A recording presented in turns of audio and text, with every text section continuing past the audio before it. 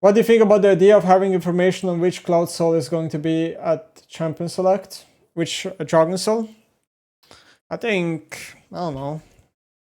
It's probably okay, but I think Riot kind of wants it to be hidden because it's more of a surprise factor, maybe. Okay, so why is it showing which soul it's gonna be in Champ Select? Maybe a bad idea. Because I think some champions would be heavily nerfed, or like nerfed. You wouldn't joff some champions. So let me try to elaborate. If it's Chemtech map, or if it's Hectech map, you are less incentivized to draft artillery mages that cannot sideline, right? You're less incentivized to go a team comp of Jhin and Zarat, because these champions, when they walk the sideline, they will die a lot more because of these maps. Simultaneously, you could also say that like some support champions, for example, get nerfed with the maps, right? Like poke champions get nerfed if there's a Chemtech map, because the healing plants are a lot stronger. And there's a lot more examples like that. This is why I just think that maybe it's better if the soul is not revealed, so it doesn't influence your decision on what you pick. You keep asking me why Syndra doesn't get played in competitive. Syndra doesn't get played in competitive because Korea and China doesn't play it. You understand? If Chovy and Faker tomorrow start playing Syndra, Europe and NA will also play Syndra. That's how it works. Okay, so now then the next question is, why doesn't Korea and China play it? It's probably because she's not good early game and they like early game champions. That's probably why. She doesn't get priority. That's why. They prefer Talia because she pushes and she's stronger early. They prefer Orianna because she wins lane. Talia does not win lane. Syndra does not win lane. She is a scaling champion. They don't play scaling champions. It's the same. It's not just a mid lane specific thing, right? You can look at all their roles. Like top lane is like Brawly, Renekton, Rumble, Cassandra. These champs can fight from early game, right? Bot lane, all champs are fighting champs. They don't play, I don't know, Twitch and not fight early. They don't play. They play fighting champs everywhere. What about Azir? I think Azir is an exception because it's true that he's a bad early game champ, but Azir is just naturally like very Thanos, and they play him for like game breaking ultimate, and they also play him because he's very safe. Like it's like a little bit. Azir definitely breaks the rule a little bit, and they're also used to him. What is this?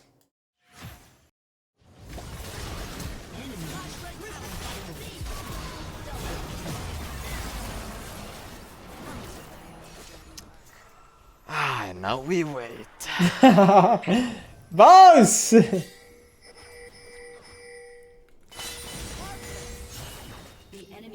Baus! Why did you do that?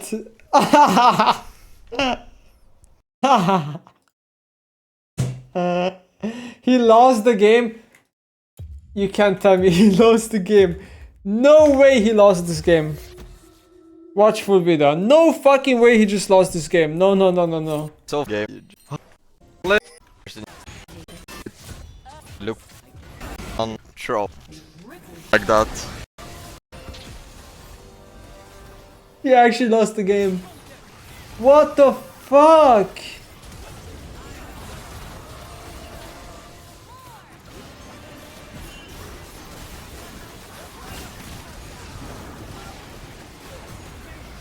I shouldn't go in like that. Look at his face. He's about to realize the game is lost. What have I done? Oh my god. You disgusting griefer. This is my teammate, by the way. Oh no. Yeah, I'm not saying I didn't troll, okay? I'm not saying I didn't troll, alright? But actually I wasn't the first one to troll. Like I wasn't the first one to do it, okay? I was not the first one to troll this game. I don't wanna hear no excuses. I wanna hear nothing. He does the same thing in scrims, by the way. The same thing. And I even did it recently because I got bad habits from Baus. He's influencing me. Actually, let's talk about this, guys. This is very interesting. Shimmer mode, quality of life added to the PBE. From skin spotlights, shimmer mode, hide your identity from others, is added to the PBE as an option. We knew this was coming, but I wasn't expecting to also hide your Riot ID from other players in game. Unless I misunderstood, it clearly says your game name is hidden from others in Champions League, loading screen and in-game. Big quality of life to anyone and not just streamers. Wow. I mean, if this is true, right? Because, on PB right now, there's like the new shimmer mode, and I guess there's some options here. So it says here, hide other player names. Yeah, I can't really scroll more up. Replaced by champion names, allied and enemy players will still be able to see your name if they hide other names off. This setting is useful for players who would like to stream their gameplay. Okay. Hide my name. When enabled, your game name is hidden for others in champ select, loading screen, and in-game. This setting only applies to in-progress games. Match history and replays are unaffected.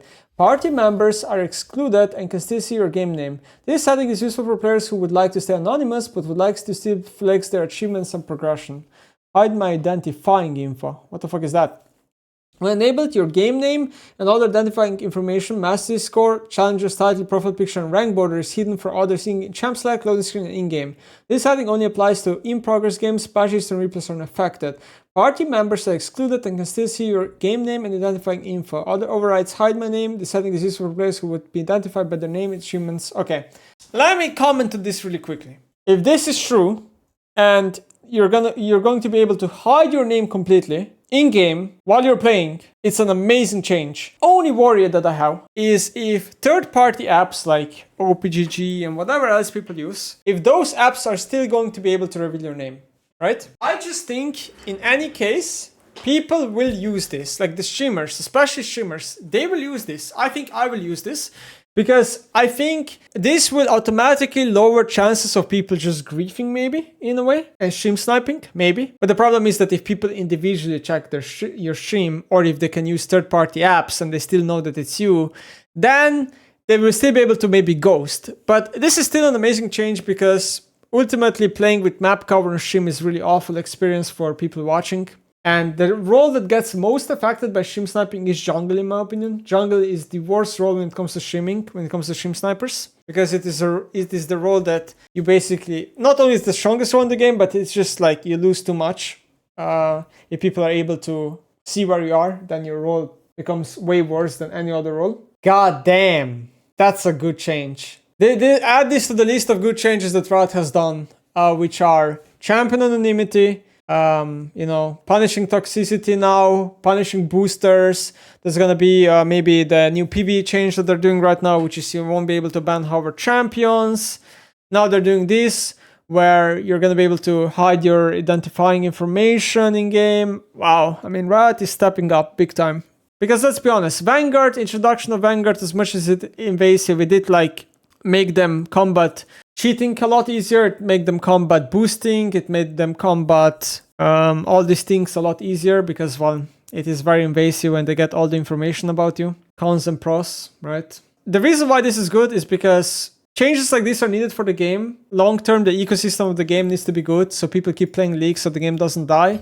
Actually, let's talk about this as well while we're here. So apparently, these are going to be the all-new Team Emotes coming on October 8th. They will all be available in the store for 350 RP each. And a portion of the revenue from every purchase will be shared with the teams. Where to start? First of all, this is not the first time Riot is doing this. They are basically making Team Emotes of orcs and then they share revenue with them. I don't know how much revenue they get, but I assume it's like 20 or 30%, which is probably kind of low. So I kind of doubt that the teams are making any money with this anyway. It's like the money they get is very low. The second part is that this is just a way, but because like teams are very frustrated that the ecosystem of LoL esports is very unsustainable and everyone's losing money. Orcs are constantly asking Riot to make in-game rewards be associated with the teams. And this is one way that Riot is doing it, which is just emotes. Now, I think this is not enough long-term, and if they want the ecosystem to be profitable, they're probably going to need to move to other ways, which are like in-game skins and stuff like that, which are a much larger portion of money than emotes, in my opinion. If you look at the emotes, because there's a lot of them, what you're going to notice that in the first iteration of teams doing this with Riot, the emotes were a lot more about teams, in my opinion. But now it seems like the emotes are nothing. They have no similarity to the teams themselves. They're just cute emotes that maybe the players are gonna buy. Yeah, the way they approach this, which was at first it was more about the team's identity, the emotes were. But now a lot of the emotes you don't even know it's about the team. Like for example, Koi. Okay, you have a Koi here, right? And Ask, you have a logo here. But you look at, for example, this Navi emote. It's just an Ezreal crying. You don't even know it's a Navi emote, right? Heretics, okay, there's a logo here. Vitality, there's no logo here at all, right? So you don't even know. T1, this is just a faker emote, but instead of faker, it's a pengo, right? To be honest, in my opinion, I don't even know what is the best emote here. I honestly think they all look kind of cute, and they're all like kind of good, in my opinion.